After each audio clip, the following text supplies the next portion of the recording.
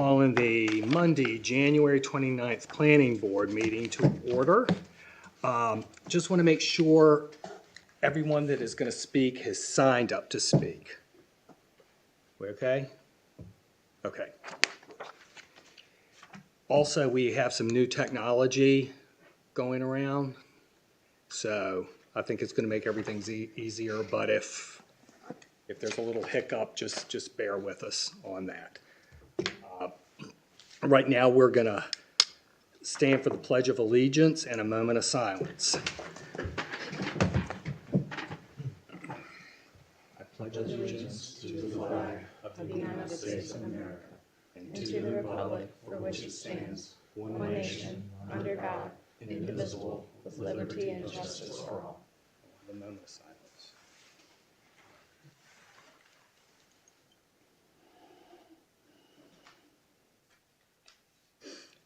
Thank you. Right now, I'm going to ask for any disqualifications on any of the cases we're going to be hearing this evening. Okay, hearing none, we're going to move on to 3. We have a quorum. All of our members are here. Good on this cold evening. Item 4, we are going to elect a chairman. At this point, the chairman will serve for right at a year. At this point, I'm going to open the floor for nominations. I nominate Brian Bass. We have a nomination on the floor. Do I hear a second? Second. All right, we have a nomination and a second. All those in favor say aye. Aye. All those opposed likewise. Okay. Item number 5, election of a vice chairman. Do I hear any motion for an individual to serve as vice chair? I nominate Gary Owens. All right, we have a nomination on the floor. Do I hear a second? I'll second. We have a nomination and a second. All those in favor say aye. Aye. All those opposed likewise. Okay. Another term together, Mr. Owens. Sure. Thank you.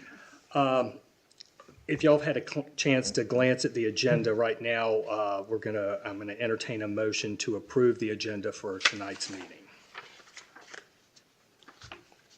So moved. We have a motion to approve the agenda. Do I have a second? Aye. All right, a motion and a second. All those in favor say aye. Aye. All those opposed likewise.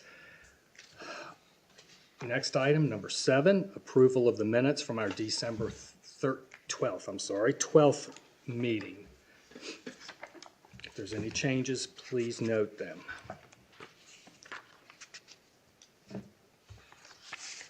Okay. Do I have a motion for approval of the minutes from December 12th? I'll make a motion, we approve the minutes for December 12th. We have a motion on the floor. Is there a second? Second. Have a motion and a second. All those in favor say aye. Aye. All those opposed likewise.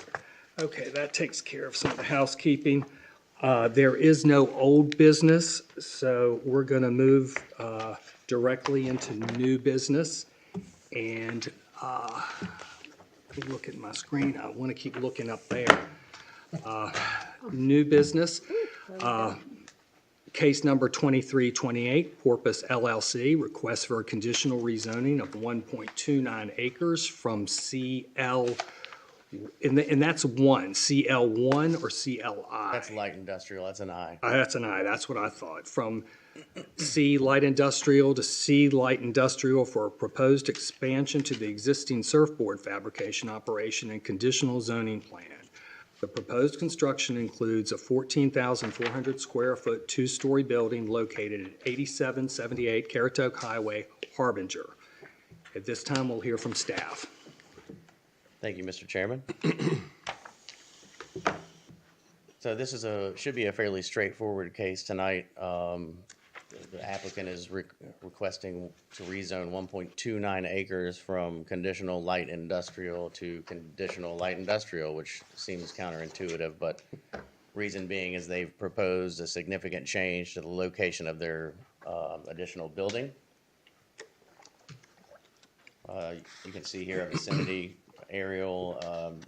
of the lot, and it's down near the Exxon station at Edgewater Road. And here's a 2020 aerial photo of the existing site. And you can see it is already zoned conditional light industrial currently. So back in just a little history, back in the 80s, 1986, the Board of Adjustment granted a use permit for light industrial use here for the manufacturing of surfboards. And the business has been operating from this site since then. And just over a year ago, in January of 23, the Board of Commissioners did approve conditional rezoning to conditional light industrial. And prior to that, this business was operating as a non-conforming use in the single-family mainland residential zoning district.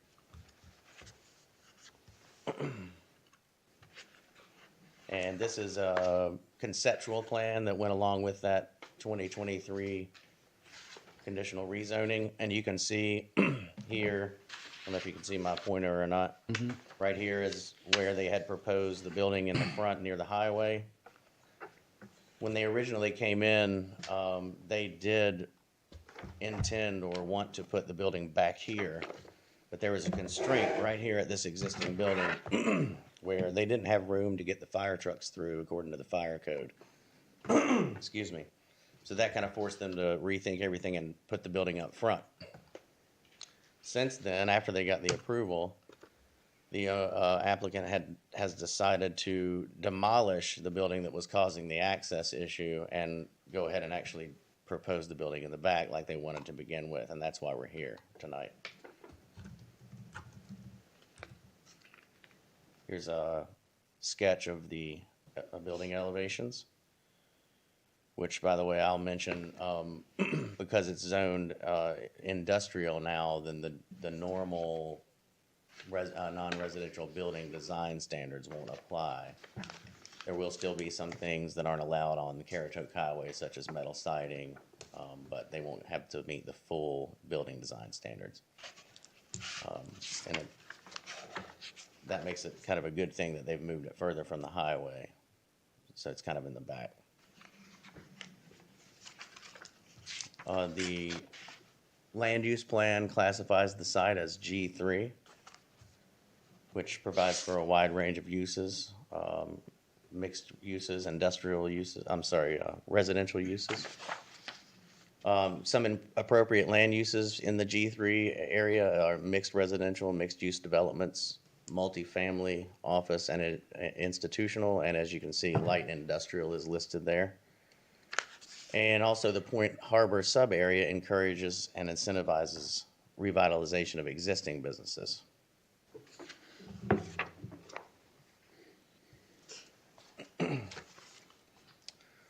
So the request is consistent with the land use plan and the goals, some of which are land use goal number 3, which support new and existing commercial developments that adhere to the quality, community appearance, and design standards, including landscaping improvements and signs tailored to achieve a unique community character, as well as economic development goal 1, to support the retention and expansion of existing businesses, especially those that help diversify the local economy and are compatible with the county's natural amenities and environment.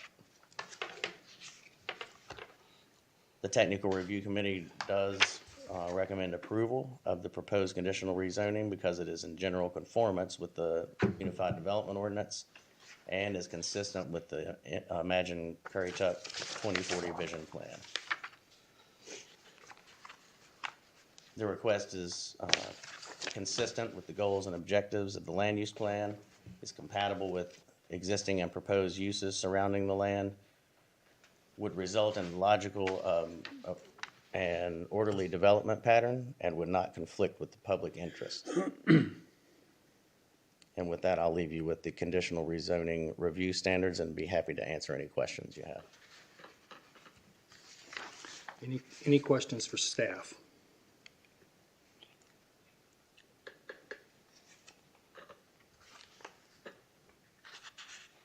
Okay, Okay. thank you. Yeah, thanks, Jason. Hearing none, is anyone signed up to speak to this case?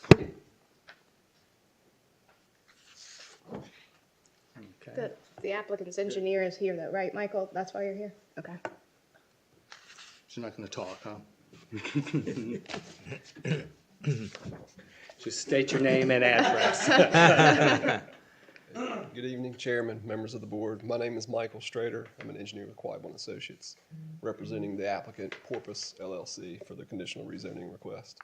And the background that you heard from Mr. Littrell was excellent. The only thing I would probably add that I didn't hear was one of the things that changed, because you might be asking what changed, was the meetings and conversations from DOT talking about putting a turnaround or a roundabout right in the front of this property. There'd be some taking. So obviously that sort of changed the perspective, and that kind of put forth the idea that, okay, maybe we could take down one of the Kwanzaa huts to make way for, because like Jason said from the beginning, that was the original intent, was to have the building in towards the back of the site. So now we can make that happen. But glad to entertain any questions or concerns that the board might have. Okay. Any questions?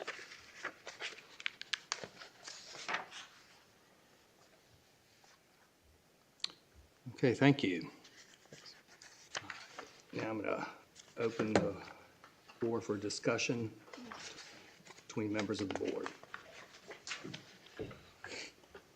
I will say that it's a fairly inconspicuous building from the highway, and A lot of vegetation. I didn't even know it was back there. Yeah. even the new structure is proposed at the back of the parcel will not be very noticeable at all. So there's no real visual impact on the corridor there. Sorry about that.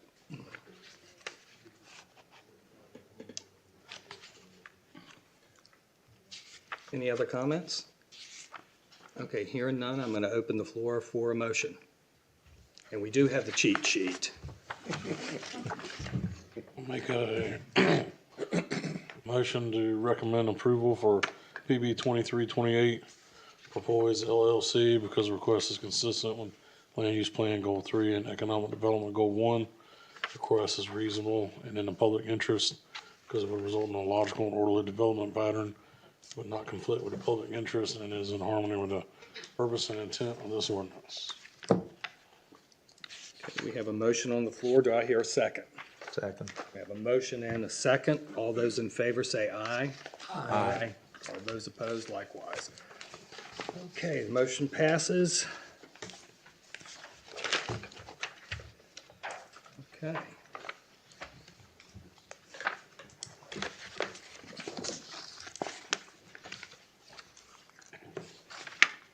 Okay, moving on to case number 2330, Jay Bender. This is a request for an amendment to the Unified Development Ordinance, Chapter 3, Zoning Districts, and Chapter 6, Subdivision and Infrastructure to allow conservation subdivisions in the single-family Outer Banks Remote Zoning District.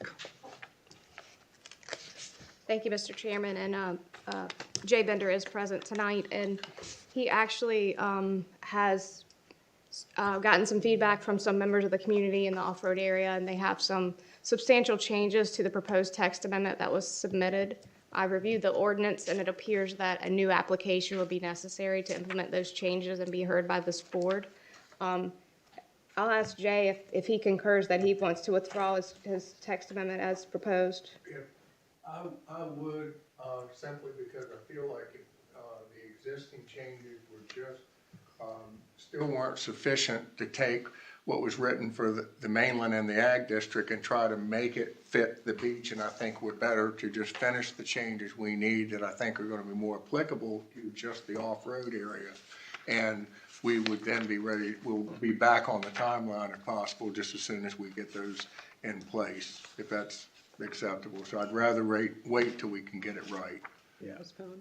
Yeah, so, point of order, do we just need to make a motion to table this? Or does it even, should we, I mean, because we're not hearing any I think it evidence or anything, so. It's considered withdrawn.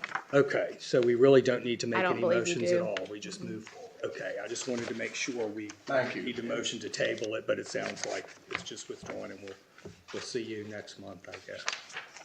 Or no, in a couple of weeks, in a couple of weeks, that's Oh, no, right. April, it will be, It'll be in it's a new April? application, so it will, It'll take a while if to go if through the it's system. submitted by the February submittal deadline, it will come to you in April. Okay, perfect. Okay, thank y'all. Okay, yeah, thank you.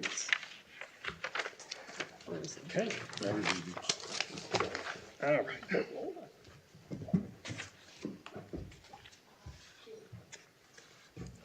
I was gonna advance all the slides, but Deb might not like that in the booth, so I'll just click through them.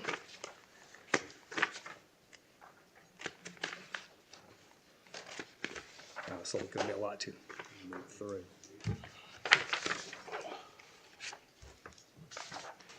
Okay, moving on to case number 2329, Currituck County.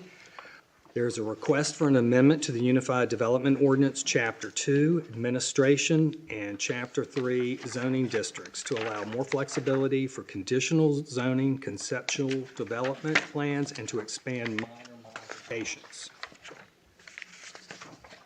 We're gonna hear from staff. Yeah, thank you. Let me get there.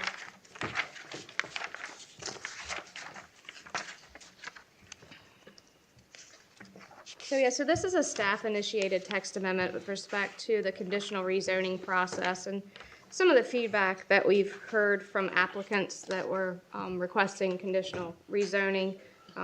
They felt like that the requirements of the ordinance were too restrictive, or there was too much kind of site planning going on as opposed to more conceptual planning.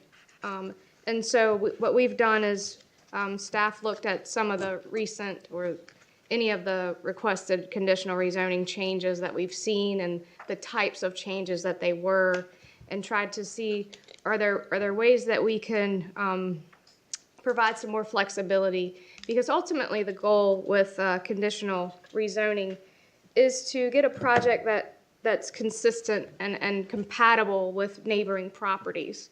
And so we want applicants to feel like that's an avenue that they want to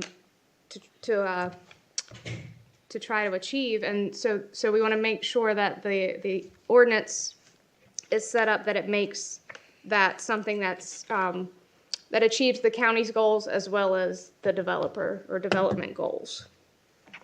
And if you've had a chance to read through the memo, you'll see some of that in narrative form.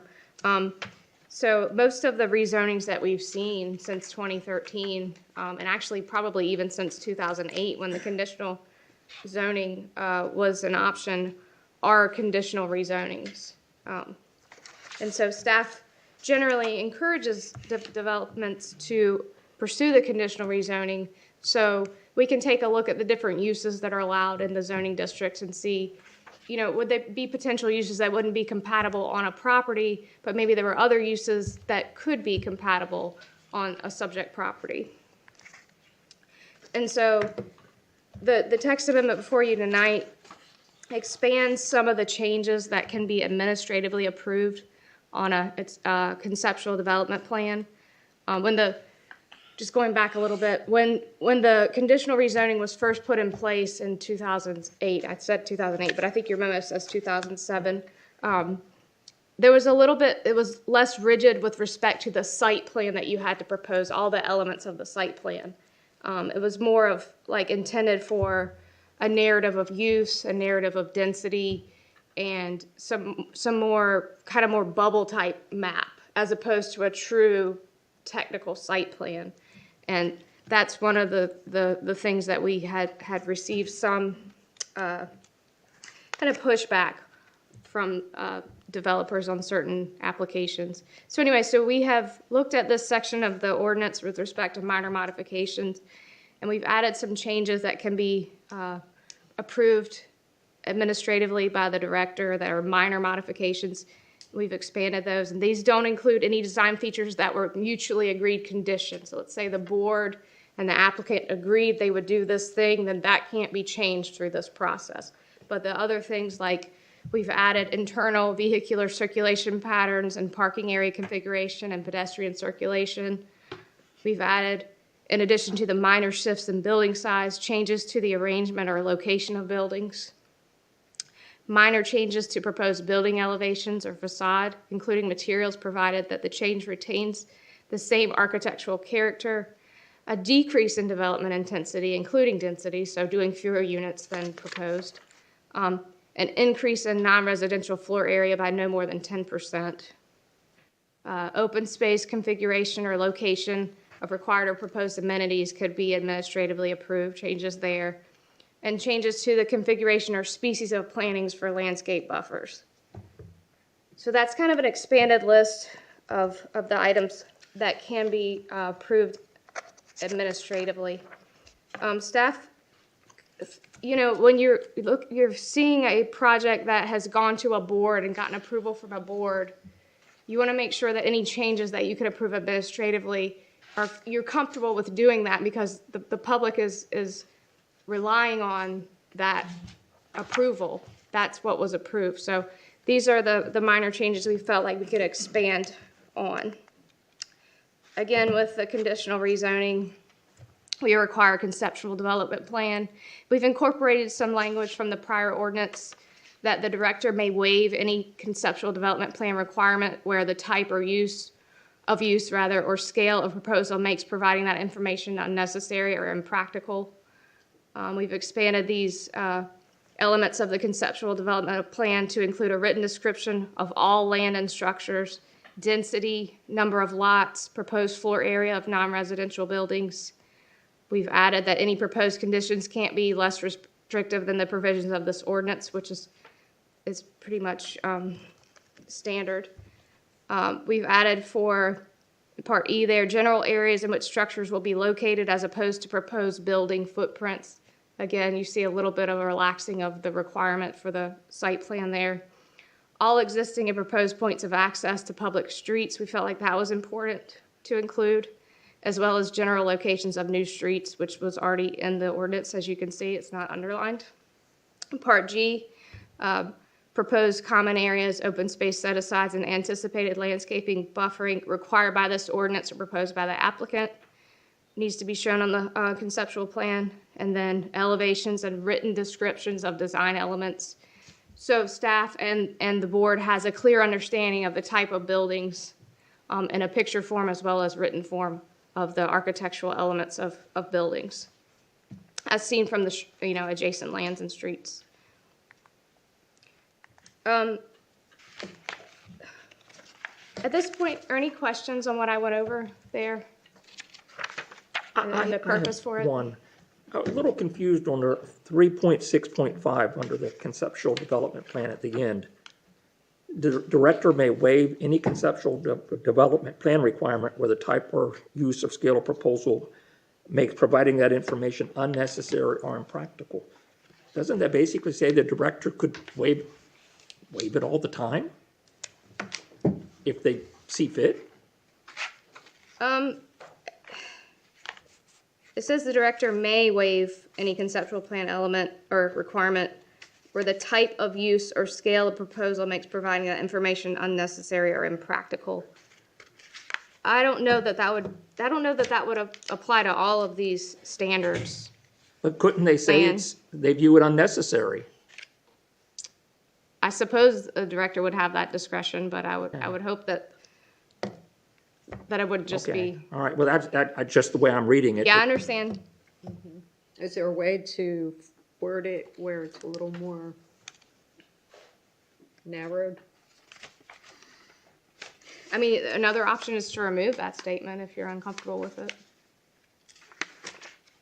The impractical, I sort of understand that one, but the unnecessary, it seems like to me the director could say, it's unnecessary. They're all unnecessary. And maybe I'm wrong, but that's just the way I could see it happening. Right, yeah, or strike through the unnecessary and just say it's providing that information, finding that it's impractical as opposed to unnecessary.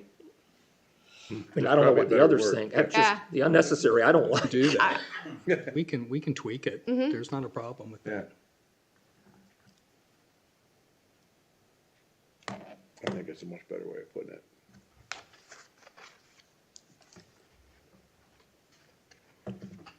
I don't disagree. It was it's verbatim language from the prior ordinance that Yeah. established this type of rezoning. So that just carried over to this. That's what I Which just, might be- yeah. yeah, so, exactly. Are you getting ready to, Jenny, to cover the conditionals, what the conditions are?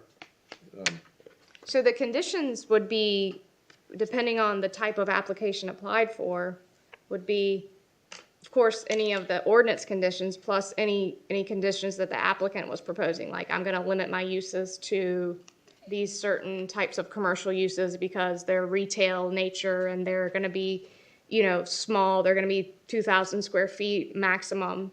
And that's gonna be compatible because we have, a neighborhood close or something like that. That would be a type of application that you might see. Or you may have a conditional zoning for a certain number of lots in a subdivision. And they would, say, this is my maximum density. Here's where I'm gonna lay out buffers, landscaping, streets, things like that. I So- thought there was actually a list of conditional uses. There is not? So there's not a list of conditional uses necessarily. There's our table of, our summary use table, that certain uses are only allowed through conditional zoning.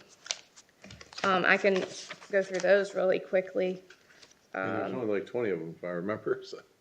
So there's multifamily dwellings in the MXR zoning district require conditional MXR.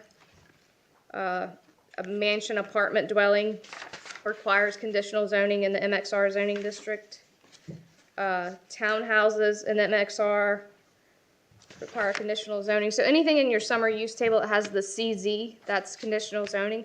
But then also you may have a property that they want to do, like I said, like a small retail, and it's like neighborhood serving in an area on the highway. Maybe it's not zoned commercial. Well, you might want to come in, as opposed to doing a straight rezoning that says, I get this zoning in place, I can do any of the things in general business, I'm limiting to these uses. And so that's allowed in any zoning district Okay, that's what I to was after, apply pretty for a much. conditional Okay. rezoning.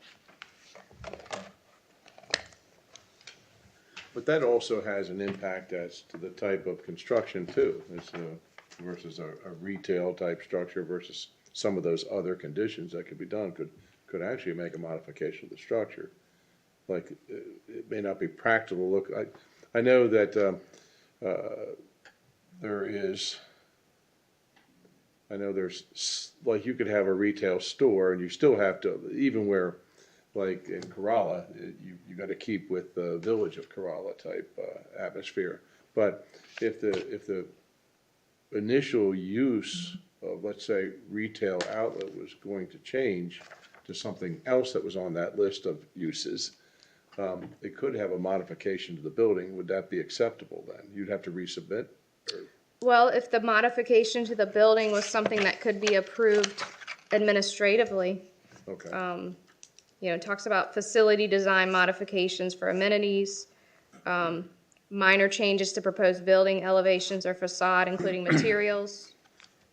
So there are certain things that can be amended. Okay. And that's the intent of this. All right. But I think, if I recall, you were the applicant for a conditional I was. rezoning I was. in Corolla, and I And- think you limited it to just a few uses, if I recall. yeah, it had limitations on that area anyways, and then there's the Corolla Village, which I don't have a problem. I'm just curious, this seems to open things up with flexibility of where the building goes and the parking where it seemed to be pretty rigid before. Right, so in parking, there's standards in the ordinance for where parking has to be located and how much parking can be located in front of a building facade. So these are not to vary any standard of the ordinance. The ordinance applies. Okay, It's just these certain features that maybe there's, kind of like with the conditional rezoning you just heard for the Porpoise LLC. That's a rezoning that could have potentially been, if they had shown this is kind of my building footprint area as the area where the two Quonset huts are in the back area, and then they wanted to move it from the front to the back, then that could have potentially been done administratively as opposed to coming back before this board. but that's And the not Board of conditional though, Commissioners. is it? It was. It was? Yes. Okay, all right. They got a conditional rezoning. I could go back to it if you'd like to see. No, that's all right. Okay.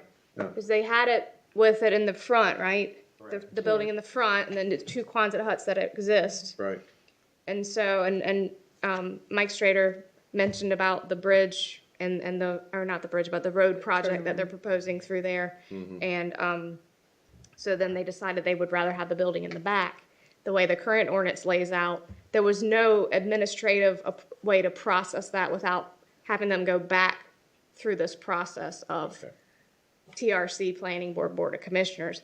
But with this language in place, it could have changed could have been approved administratively. Without going back. Right, and that was something that maybe that they didn't expect that to happen, you know, the change, but, Right, right. and so, that's kind of what this is geared Very good towards. example, okay, yeah. So that would apply somewhat to this paragraph, that 3.6.5,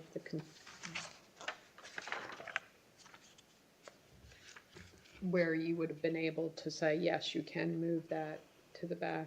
Right, so instead of an E there in 3.6.5, instead of saying proposed building footprints, we're saying, give us the general areas in which structures will be located, which could have been, and so you could say with a long piece like that, the area within the setbacks are where my building could be located, but, you know, I'm gonna have, you know, this kind of landscaping, right? So moving the building in that area, as long as you have the appropriate landscaping, would be something that probably wouldn't make a huge change or impact a neighbor. Did you guys want to change the wording at the 3.65? Or, What David spoke of. yeah, Yeah, we can do that in the form of a motion. We can just tie that in as a condition. I want to ask a question under number one, Roman numeral 1, on page 57. The only thing I'm looking at, when you used, you've got, if you look at F, you've got a number there, 10%. You know, that there's actually that. At C and D, you use the word minor changes. And the only concern I have with that is there's no quantification of what you determine to be a minor change. And that's kind of subjective, you know, if someone were to say, oh, 20% is minor. And some people may think, no, it's not. But we're talking about elevations, not so much in D, we're talking about elevations or facades, not, I just want to make sure that we're not going to get into this case where all of a sudden the density gets increased somehow. Like, in other words, But I think minor increase changes a to building facades size. are no big deal. I mean, that's not a, you know, that's not a change. Minor shifts in building size. I just, you know, a shift in building size, I don't know, the wording just kind of, it seems a Yeah, little, you know yeah. what I'm saying? I think it would do, be yeah. minor change in building size, not shift Yeah, in building size. And we may want to quantify that with a percentage possibly. Yeah, that's the only thing that I For- kind of, for both for making it larger and making it smaller, or just for making it I larger? think making it larger would really be something we would be a little more concerned with. Making the footprint a little bit larger would be more of a concern with the board than making it smaller, I would imagine. I don't know, I kinda like the vagueness sometimes. I bet you do. Yeah, that's the only thing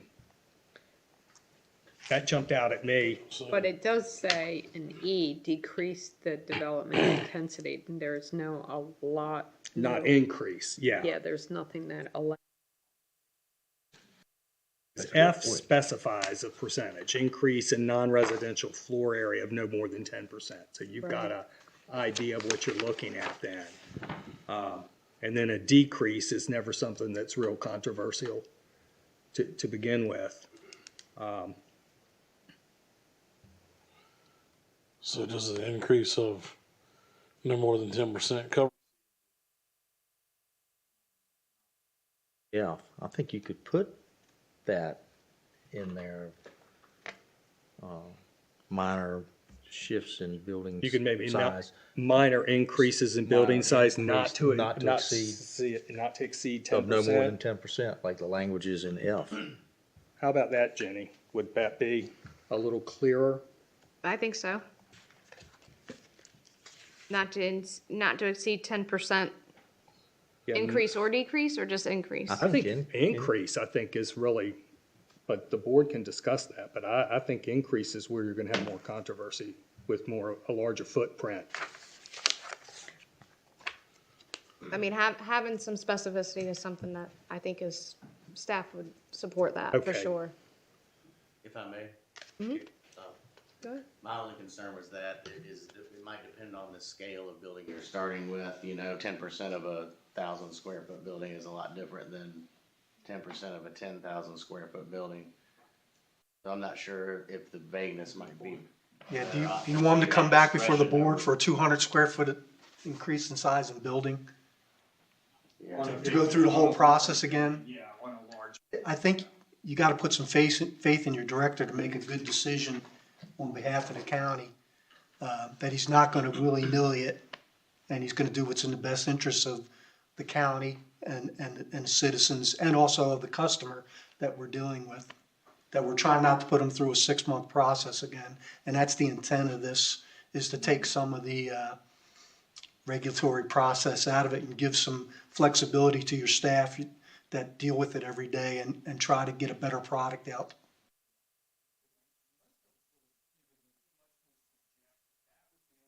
I saw that actually had, But there's so many requirements with setback and side, and That it might there's not. just so many already there. The guardrails are there. I thought you make a really good point, though. Makes sense to me. Because we're I trying, just we see are where do- it's we are subjective, make it a little bit things get easier here. abused. Yeah, that's, things happen. I think it's much better if it's clear cut.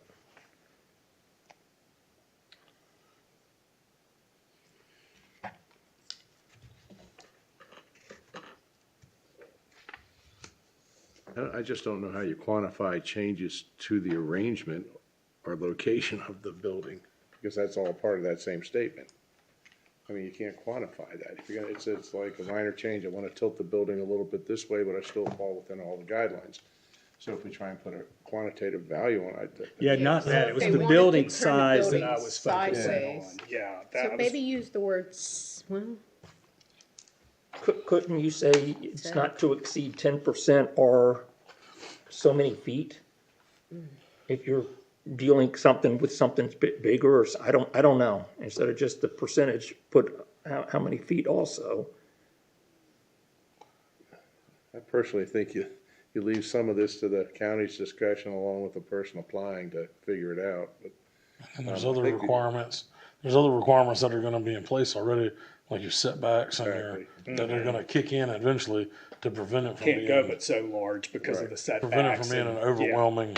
Okay. the word minor, I mean, that kind of really puts in the definition, it's minor. I mean, you're gonna put a second floor on something that you come in with a conceptual plan, then, that's not gonna happen.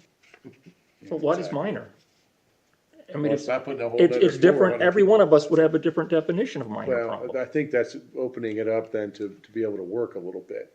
If you really pinpoint it down, we've taken some of that working between the applicant and the county away, and you've kind of put a hard number there where. From what I understand, Jenny, too, part of this is to make things easier for the complaints from some of the developers in the county and people, contractors. Well, Is that it's part the of it, or- resistance to the conditional rezoning is a tool that the board has. And that tool helps the county to develop in a manner that's consistent with plans, whereas it gives you more control, I guess, over your zoning. So it's not a blanket zoning, it's you have a project and this is, or you have a potential project and this is kind of how you're gonna develop that site.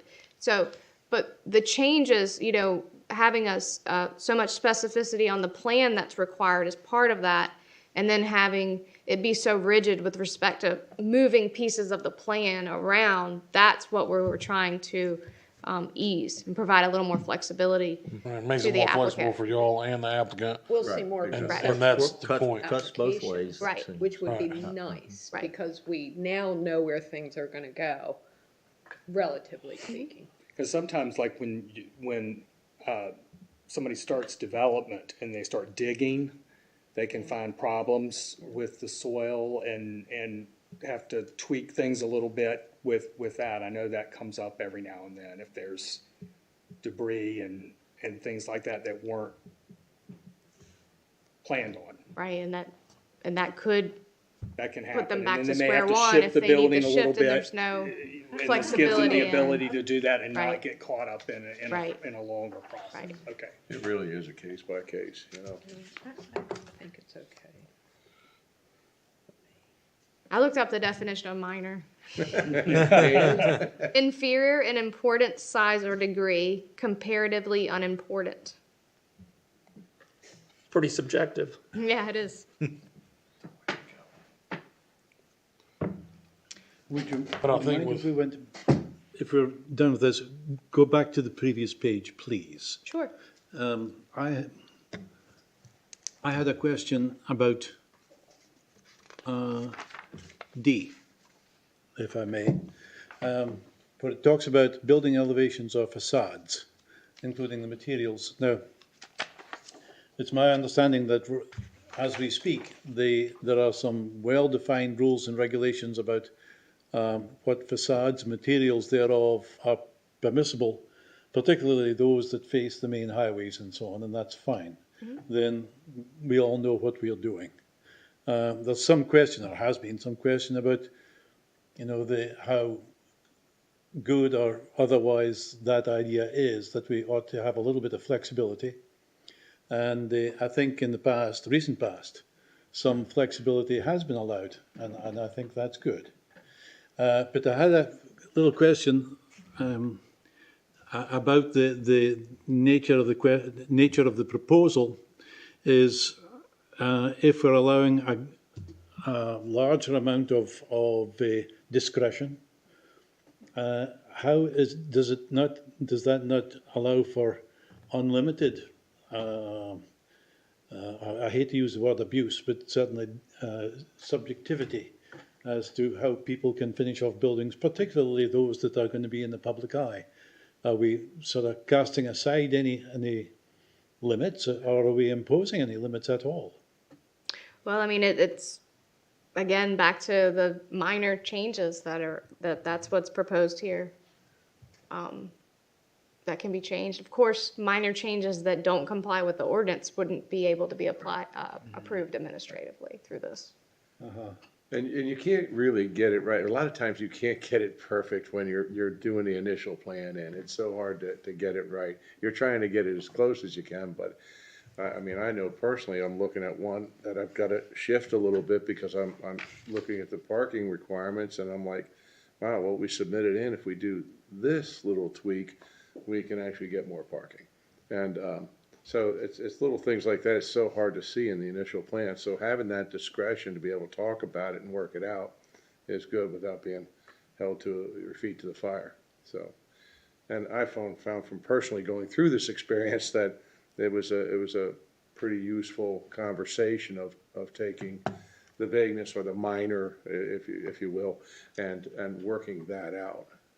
So I think the direction this is going is very good. And then you, again, the major conceptual plan is already in place. So It is. you're not going to be looking at I mean, any major changes, because if they do want a major change, they'll have to go back through the process, Right. the entire process again. So I think you've already established the approved conceptual development plan.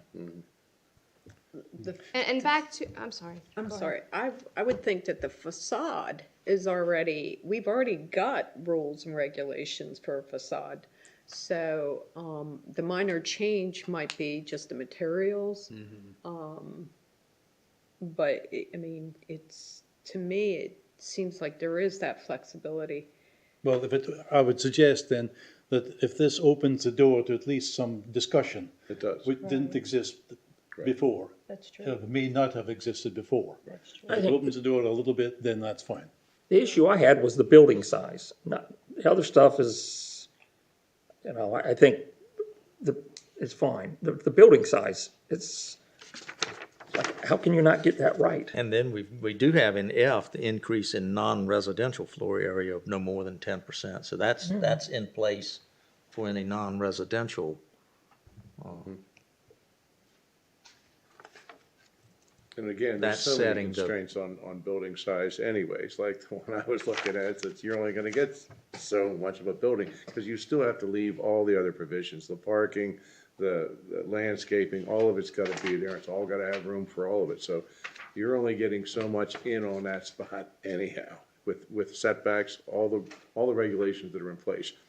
I simply think this is just giving the opportunity to have a logical conversation as to some minor modifications that might come up. Again, that word minor, Yeah, you know? but I think even with the word minor, we gotta remember too, it may not say it specifically in there, it still has to fall under every other UDO code and ordinance All the that other is stuff. like the catch-all, so, you know, it's not like you're spilling a bunch of milk, I guess, you leave that trust, like Mr. Moon said, to that, staff, and it's, yeah. it's doubled up by, they can't make a minor change that's gonna go outside of the regular UDO or rules and regulations, that's not gonna be allowed.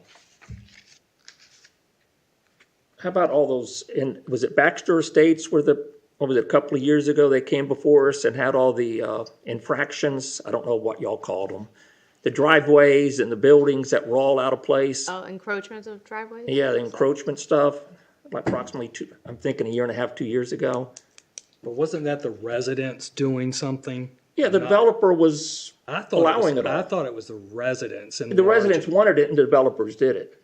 Yeah. Yeah, the residents wanted it and developers just did it. But then you still have DOT regulations with those driveways. I think that was resolved, but we still. Well, yeah, they just waived everything. They just said, okay, what's theirs there. They were still against all the rules. They just took away their violations and said it's okay. These people did it, it's okay. No more can do it. I just, you know, I don't know. Maybe I'm distrustful. Yeah, I don't recall all the details of I'm that. thinking it was a year and a half, 2 years ago, but It it is, was yeah. Baxter Estates, I think, where they were building double driveways and encroaching on the And sheds and I think there was sheds. a Yeah, they were detached all, garage and yeah, stuff. they that were. It was a going problem. in the drainage. That's right. Yeah, the swales. drainage areas, it was going over areas where they weren't supposed to be. Drainage swales and I was the aprons where, Yeah. you know, There was like 8 or 10 I remember residents, I that, yeah. think. That the developers did them, but their excuse was, well, we didn't know this. The homeowners wanted it, so we that's did it. when we talked about that the inspections approved it and they just kept approving the, you know, now they actually check the sides of the driveway. I do believe that actually has caused, I don't know who actually checks that. That's actually, there's a check and balance. But they were now. checking the size of those townhouses too. Kept getting notices they were too tall. It didn't stop them from building them. Unenforced. Really? I mean, they were told they were too high, and they kept doing it. How many Did- did he build after that? He built one that was too Yeah, what the high. commissioners basically said, it's okay. Honest mistake. They built one that was too high, the rest of them, they called Yeah. that. There is a reason for that, if I think back now, there is a reason, it was something to do. They actually fixed that by bringing topsoil in to change a lot of that. Well, They've got I a just text know amendment it was approved over, for the over night. the limit, Been and approved as they text were aware of amendment, it. That was the 38 feet versus the 35 feet. Yeah. 3 feet Yeah, over. Yeah, it's interesting that they don't take the grade, the elevation from slab instead of the. Yeah, the grade. measurement Yeah, was always, the way they measured was Yeah. problematic. Right. It is problematic. Yeah. That's another day, another time. I don't think it really is involved with this one, though. All right, any more discussion? If I may, I'll finish my Sure. presentation. Of course, you have these text amendment review standards in your ordinance that you may consider when deciding whether to approve or deny the proposed text amendment. Staff does recommend approval and believes the text amendment's consistent with the Imagine Currituck 2040 Vision Plan, including Land Use Goal 1 and Land Use Goal 2. And again, recommend approval with staff.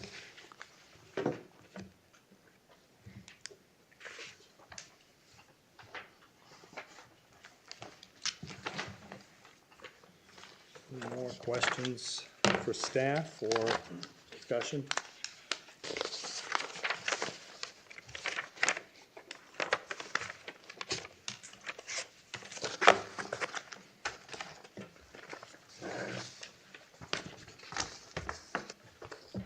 Okay, hearing none, I'm going to go ahead and open the floor for a motion.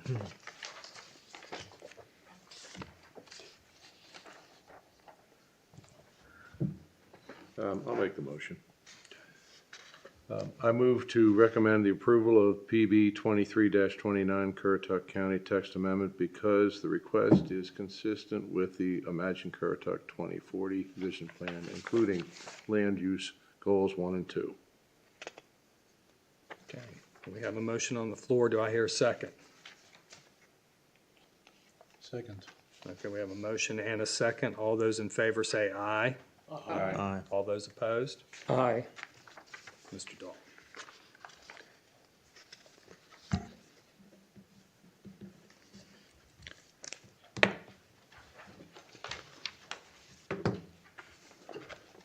All right, final case, 2332, Currituck County. Request for an amendment to the Unified Development Ordinance, Chapter 4, Use Standards, and Chapter 10, Definitions and Measurements to allow prefabricated building sales in the General Business Zoning District. Thank you again, Mr. Chairman. This is a Board of Commissioners initiated text amendment to the ordinance.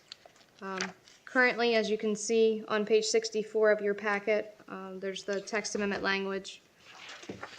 You can see that the current ordinance reads manufactured home and prefabricated building sales as a use type, and it allows both of those things or uses in the LI, light industrial and heavy industrial zoning districts. And so when the board requested that staff bring this text amendment forward, we felt like the best way to craft ordinance that we could support for this type of use in the general business zoning district was to break up that manufactured home sales and prefab buildings into two separate uses, and then redefine them individually, and then add some additional standards for prefabricated building sales when that occurs in the general business zoning district.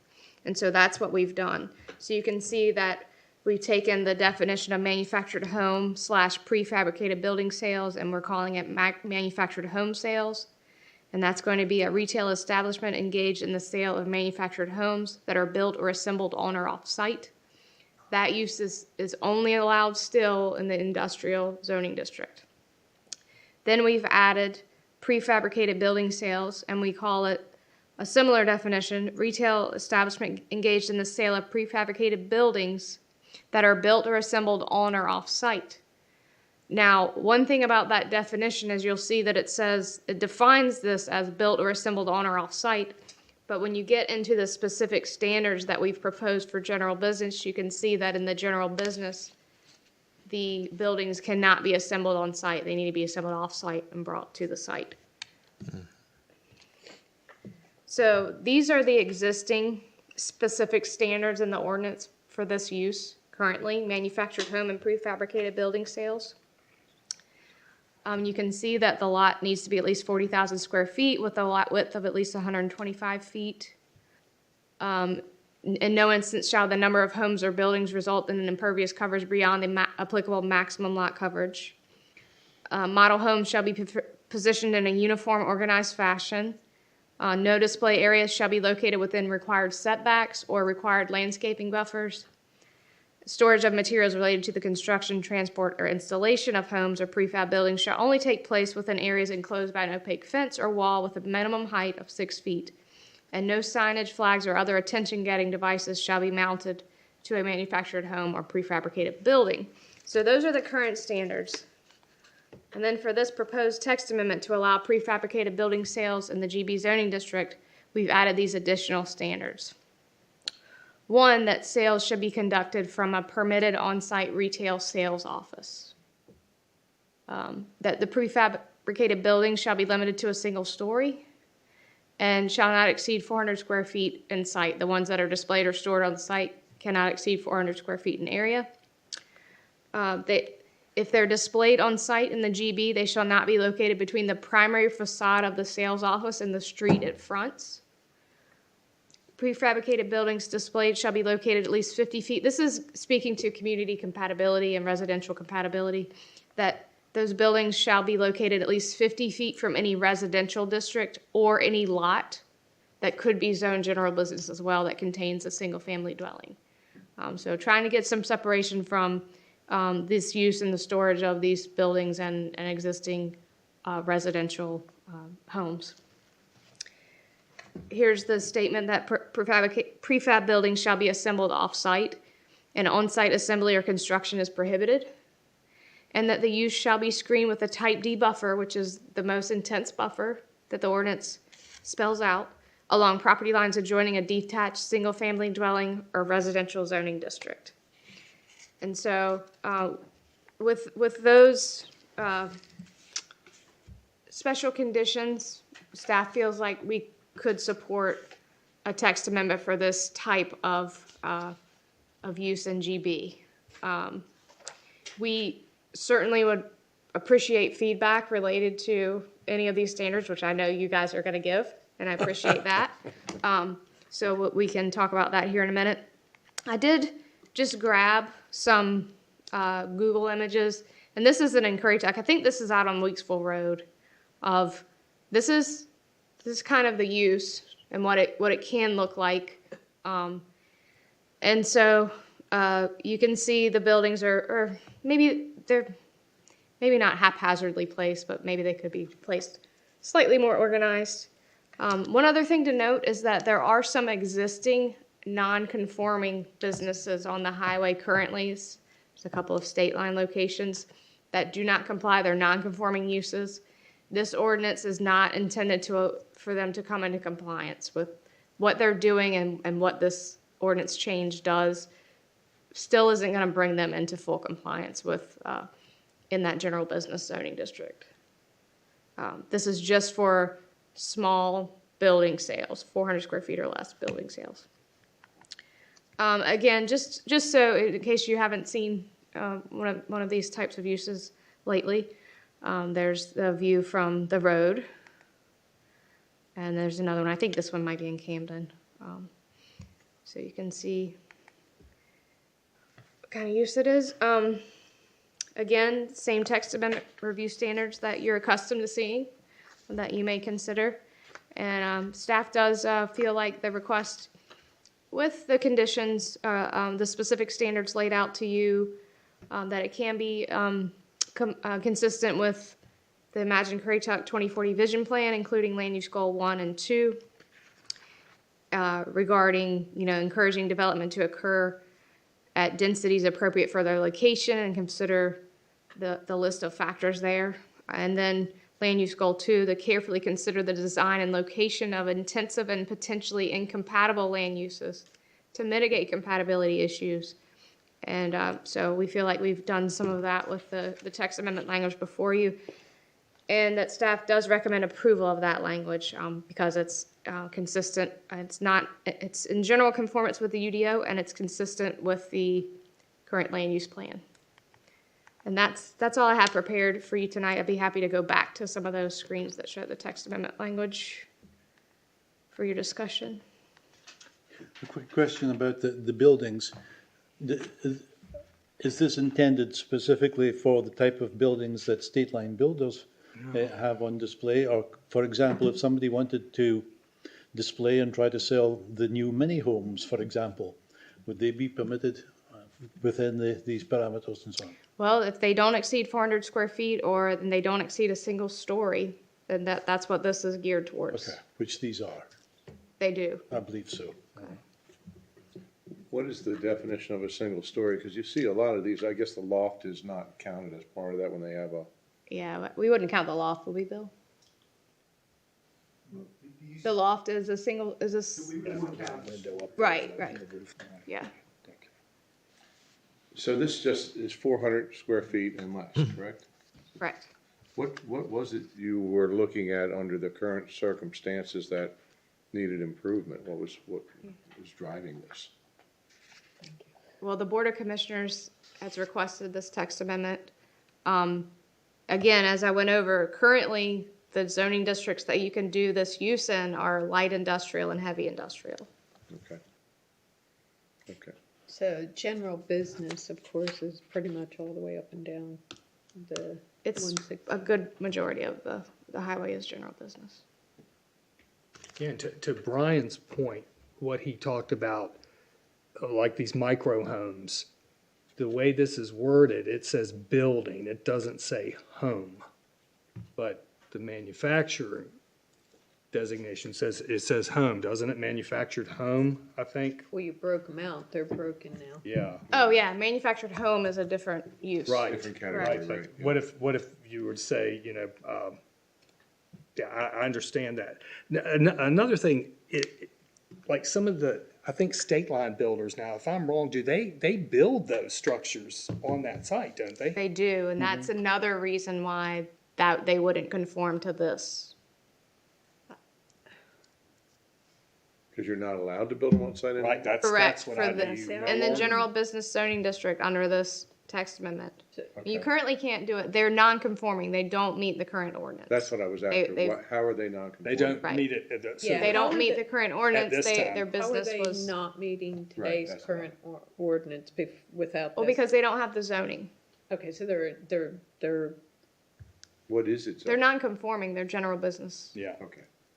I see. but now, light industrial and heavy industrial, can it be, as long as it's not tied to the retail area? I'm just wondering, if you get further down the county, you have, say, light industrial, and then you're retailing these prefab buildings, but in the back, you have a shop where you're building them. Now, under light industrial and heavy industrial, would it be permitted? Yes. Okay. These standards Just here are under just, general, just Right. under general business. Right, so And even it's- in the- that standard's already in place. it's already in place. This Okay. is Okay. new for general business zoning. Okay, so we're not, So, yeah, so you okay. can't come in today in general business and permit prefab building sales in a general business lot. You would need to find light industrial or heavy industrial.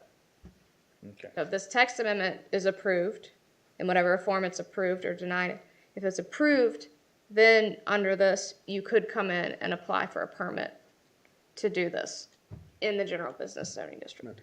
Wouldn't Just they be able to sales. still do the sales Just if the they didn't sales. have the buildings there, though? I mean, couldn't they have a retail sales with actually, Well, retail sales, yeah, I mean, if you're not storing any of the buildings on site right? at all, I mean, I suppose you could have a sales office, With pictures and things like that. right? Yeah. But if you're storing them there, then that would be this use. Now, what would a company such, what was mentioned, what would they need to do? They would have to reapply for a zoning change if they wanted to keep what they were doing there? Who? State, They're non-conforming. They predate the ordinance that doesn't allow this anymore on the highway, okay. right? So the county says we no longer want that business on the highway. So it's not allowed in that general business zoning district. But they're grandfathered in. Correct. They're non-conforming. I was wondering, Jenny, on the GII, the 400 square feet, I just looked it up, and it's basically a two-car garage. But some people get something a little bigger than that. I think that would be allowed to have something a little bigger that you could display. Because I looked, the average with storage is 576 square feet. A two-car garage with storage, and this is that so they couldn't More display it. geared towards the smaller sheds and the smaller buildings displayed on the highway. I mean, that's what it's geared for. I think actually it was even a smaller number that was requested by the board. It was like maybe 280 or something. You're not gonna see a 20 by 20 prefabricated on site. They're gonna offer it to you, but most time they're gonna have 16, 12 by 28, 16 by 32. They're gonna stick to about those measurements. But they'll have a package that says, yeah, we can build you a 20 by 20. We just don't have it on site to show you. They're doing the metal carport type garages that way. Yeah, that's what I was thinking of. And as Jenny said, this is just to typically give them some display of the smaller type buildings so they can say, yeah, we can make this bigger for you. Because if they go over 400 square feet, the building code's gonna kick a bunch of stuff in for them anyhow. But again, they're looking at putting something on site to say, look at our product, this is what we offer.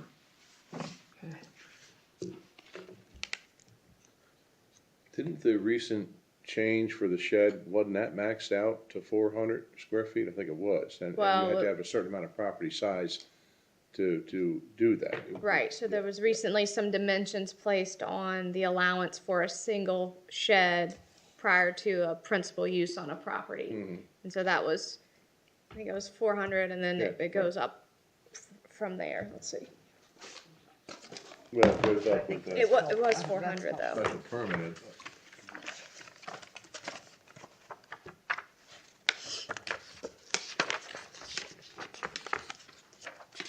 So kind of like the whole point is to really kind of clean up the corridor and not have, That's my understanding of what the original intent of not allowing this use in the general business. It's more of an industrial type use, especially when you're fabricating buildings on site. Now, that's one of the reasons why we didn't include that in this text amendment. love my shed, by the way, from State Line. Me too.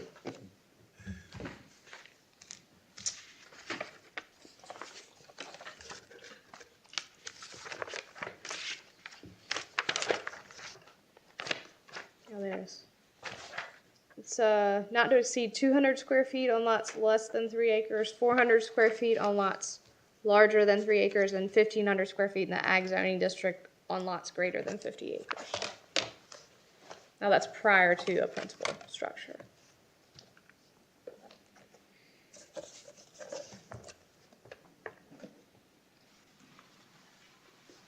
It's nice to have when your house is under construction. Used to have anyways. You wouldn't get rid of it after that anyhow. Any thoughts on the display area locations? 50 feet from a residential district or a lot containing a single-family dwelling, does that seem like too much, too little? I think it's, I mean, I don't know if I'd wanna have a bunch of sheds next to me on display 50 feet away. That seems awful narrow. If you've got a residential, I mean, if you've got another business there, it's a different story. But residential, I think that's, I wouldn't wanna be 50 feet from a whole bunch of sheds being displayed for sale. But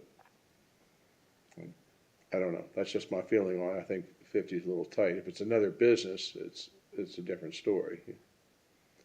I also agree with the idea of cleaning up the corridor, but if somebody's got enough depth to their property, they really, I don't know how they'd handle that if they're just general business, but they've got enough depth to do manufacturing in the back and keep it so you're not seeing it from the road with landscaping.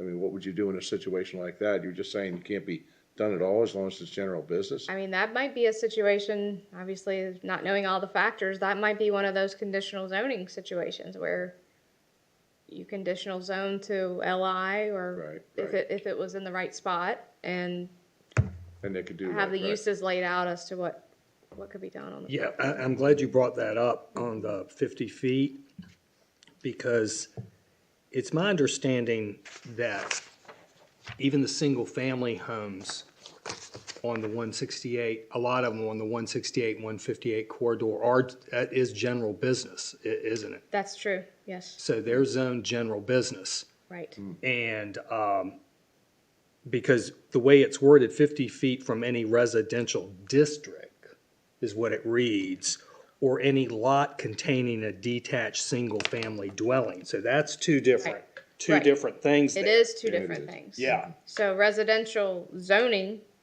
the setback residential. applies because, but a single-family can be on Right. general. right, In and it general. would already be there, and that's why it would apply, because the house is already there.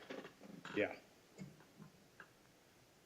Yeah, I had that. I couldn't get a mortgage on an old home because it was in general business. The mortgage company was giving me a hard time about it, yeah.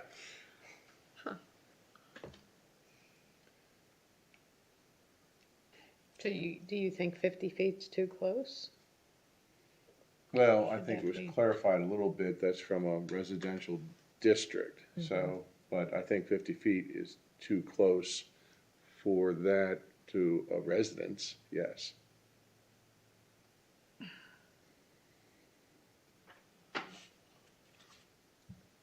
But it looks like that could be another clarification on it, but.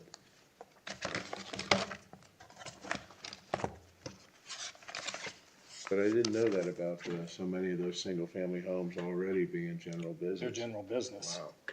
So, they could have the 50 feet, but you're in a subdivision, let's say, and Yeah. the back of a home or the side of a home Right. abuts general business. Yeah. And you could have a storage area 50 feet Yeah, from, that's the only, Would this affect, say there's already a home on the highway and they don't have a shed and they want to put it in their yard, or, I mean, this isn't sales or anything, but does that affect them to be a certain?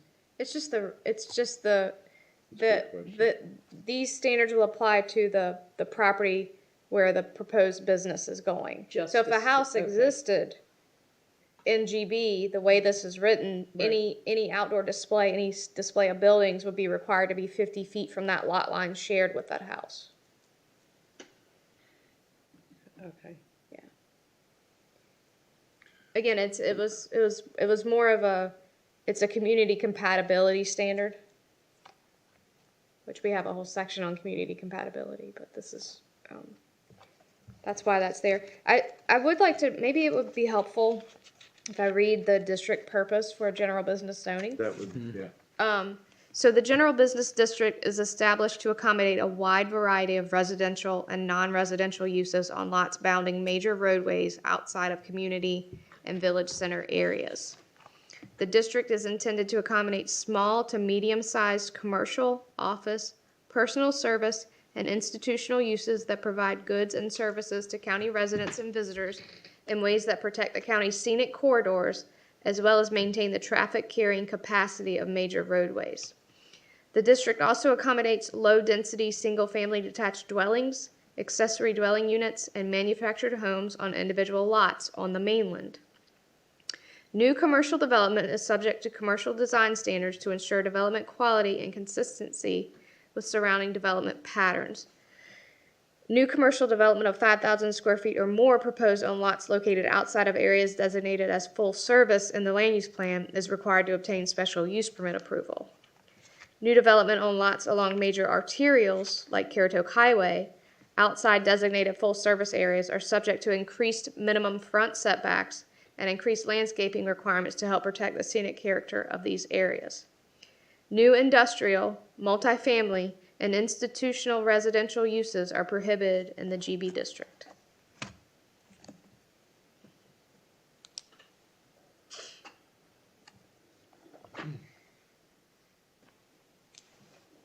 Thank you.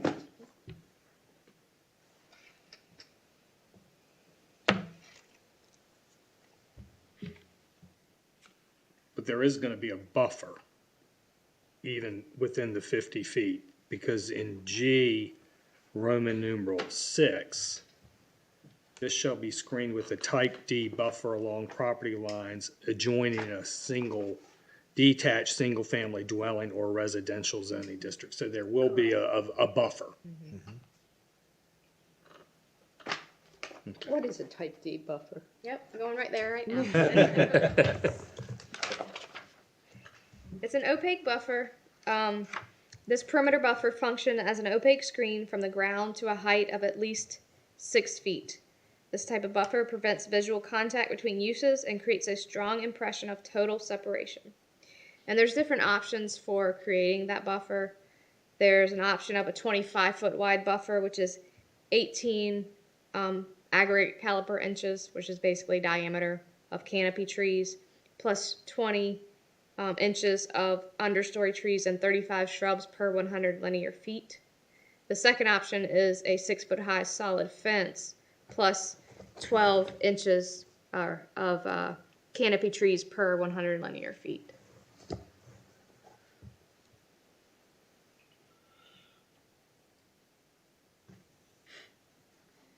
I mean, we can tweak that to 75 feet. I mean, we don't, if we're getting bogged down in that. I mean, 50 feet is not very long.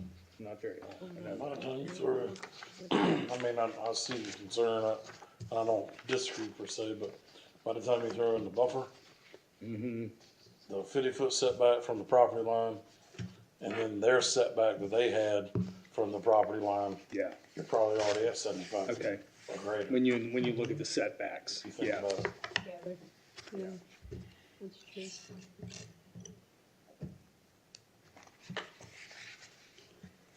Okay. This is one of these ones I'll wake up tonight and say, Wait a minute. Any more discussion? "No, okay." Okay, I'm gonna open the floor for a motion.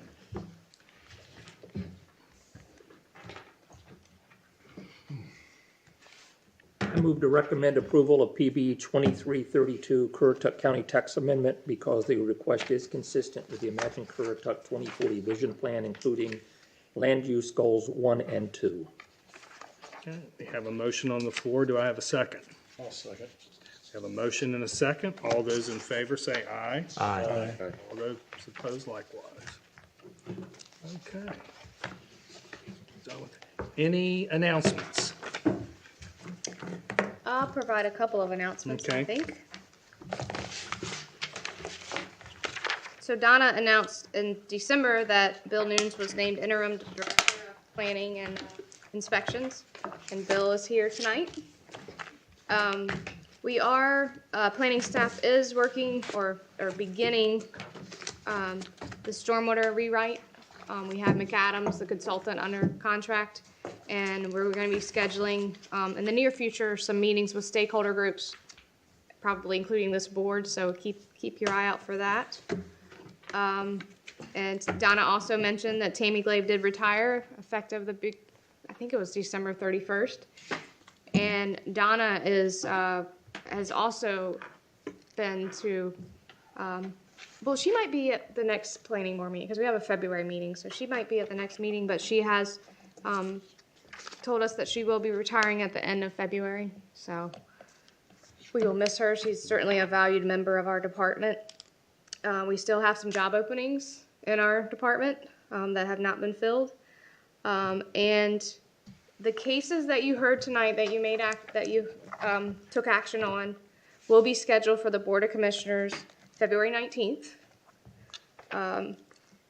There are some text amendments coming to you very soon, in a couple weeks, at the February Planning Board meeting, including the Board of Commissioners' application to amend the ordinance to increase the side setback in Corolla and the off-road area from 10 feet to 15 feet. Then there's a text amendment sponsored by the Board of Commissioners. You may recall you recently, when I say recently, probably August, heard the text amendments where Mr. Mims was coming through with text amendments to change request density, and the board also had a text amendment tracking around the same time. So that's the amendment that now requires The board amendment requires conservation subdivisions in ag and SFM zoning districts. And currently in the SFM, the mainland residential zoning district, the minimum lot size requirement is 25,000 square feet. This request from the board will increase that to 30,000 square feet, which is consistent with the ag. There's no changes to density calculations or anything like that. It's a minimum lot size change. And also next month you will see staff is looking at the design standards, the permitting, zoning, design standards, and definition of shopping center in the ordinance that we feel probably needs to be evaluated and be more consistent with what a shop, currently the ordinance requires shopping centers to have special use permits. A shopping center is defined as, I believe, units.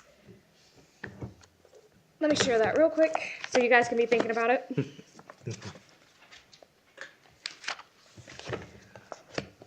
So it's one or more commercial buildings with 5,000 or more square feet of area that's divided into 4 or more individual tenant spaces that are planned, constructed, and managed as a single entity with common areas. So we feel like that might be a little bit more restrictive of a definition for shopping center as what we might consider a shopping center. It's kind of more geared towards, it's capturing a lot of different development in that definition, and that special use permit requirement is sometimes difficult for developers for that process. So, but we want to make sure that we're getting, shopping centers that have, meet design standards. So we're just going to look at the non-residential design standards, the shopping center design standards, the types of permits that are needed for different sizes. So you'll probably see that's square footage number tick up a little bit on what qualifies as a true shopping center that needs a special use permit. So that'll be coming to you, I believe, in February. And that's all I have in the way of announcements. I have a quick question for you, Jenny. What is the maximum height of any building? I know residential, it's 35. Is that same for a commercial building right now in Currituck? It is, and it's 35 foot, and it's a mean roof height. Right, I know. Other than what you guys mentioned earlier with the townhomes, multifamily that has an exception to height. Okay, so these new commercial, or hotels that going in or proposed to go in, I think Saga's building, so the maximum height on the hotel is going to be 35 feet? That is what the current ordinance requires, yes, 35 foot mean roof height. Okay, excellent.